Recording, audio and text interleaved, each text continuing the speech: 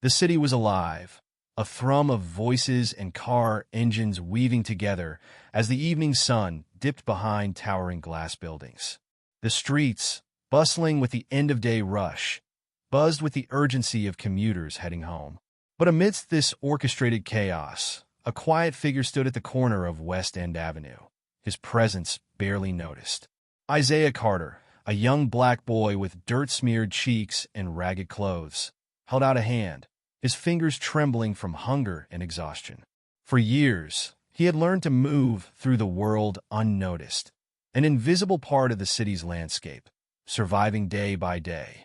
His makeshift bed, an old piece of cardboard, was tucked under his arm as he stood, watching the flow of people pass by, their faces a blur. He had stopped expecting much, a few coins here, maybe a bit of food there. But what he really longed for was dignity, a kind word, an acknowledgement that he was human. His stomach growled as he scanned the crowd, eyes lingering on the well-dressed pedestrians, each of them wrapped in their own bubble, oblivious to the world around them. Then he saw her, a woman in an elegant red coat, her expensive handbag clutched tightly in one hand, and diamond rings twinkling on her fingers as the sun's last rays caught them. For a moment, Isaiah dared to hope. Maybe she would be kind. Maybe today would be different. "Please, ma'am," he murmured, stepping forward. "Just a few coins. It's been days since I've eaten." The woman stopped, her gaze falling on him with a look of repulsion, as if his very presence had spoiled the evening. Her lips curled into a sneer, and she pulled back, recoiling as though Isaiah were a disease.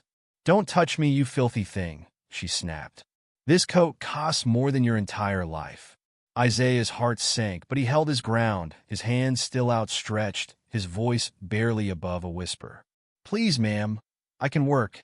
Clean your car. Anything. Just something to eat." Her eyes flashed with contempt. "People like you don't work. You beg and steal from decent folks like me."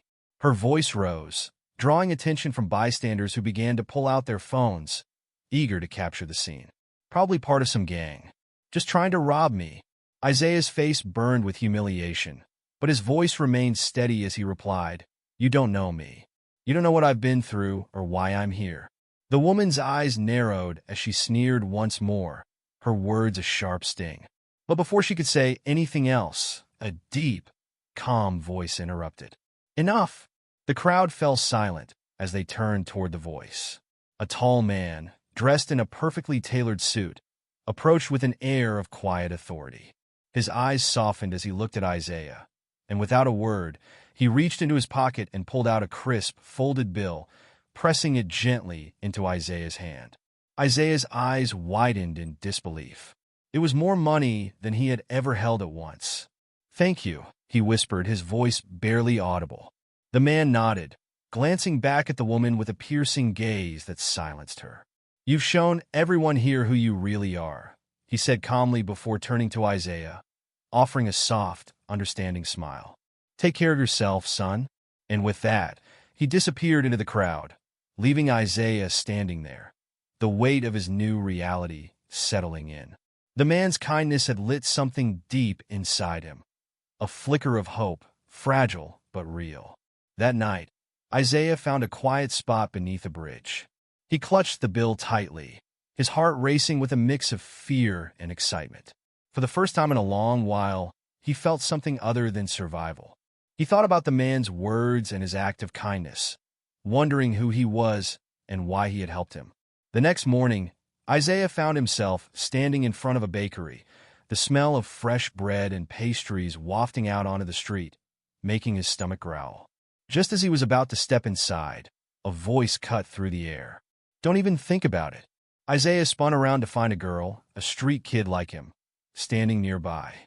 Her torn coat hung loosely around her, and her eyes were wary. "What's your name?" Isaiah asked. "Tasha," she replied, crossing her arms. "And if you know what's good for you, you'll stay away from places like this." Isaiah frowned. "I just wanted to buy something to eat." Tasha scoffed. "Not here. They'll call the cops the second they see someone like us. Trust me." She gave him a once-over. "You're new to this, aren't you?" Isaiah hesitated, then nodded. "Been on the streets for a while." Tasha shook her head. "Nah, I mean surviving out here." She nodded toward the bill in his hand. "Someone gives you a big bill, and you think you can waltz into a bakery like you belong here? Doesn't work that way." Isaiah felt his cheeks burn with embarrassment, but Tasha's words rang true. He hadn't thought it through. She softened slightly and gestured down the street. "There's a food cart a few blocks away. They won't look twice at you. Come on." The two of them weaved through narrow alleyways until they reached a small food cart. Isaiah ordered a sandwich, and they sat by a fountain to eat. Between bites, Isaiah couldn't help but ask. "Why help me?" he asked. Tasha shrugged. "Someone helped me once. Figured I'd pay it forward." She chewed thoughtfully. "But don't get used to it. Out here, people smile at you one minute, then take everything you've got the next."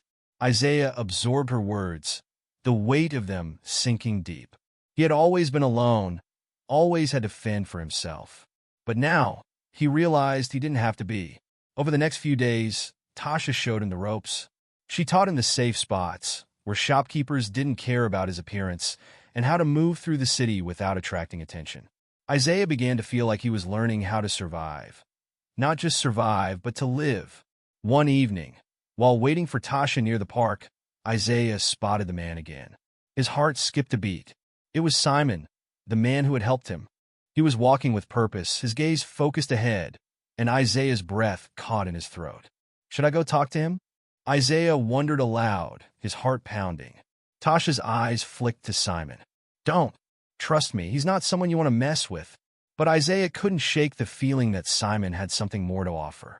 As he watched Simon slip through the crowd, Isaiah hesitated, then ran forward, his feet carrying him before he could think twice. "Simon," he called out. The man turned in surprise. "Isaiah." Isaiah's voice trembled. I wanted to make sure you were okay." Simon's face softened. "You've been looking out for me, haven't you?" Before Isaiah could respond, a sleek black car pulled up beside them. A woman with cold eyes leaned out the window. "Simon, are you done with your little stroll?" she asked, her voice clipped.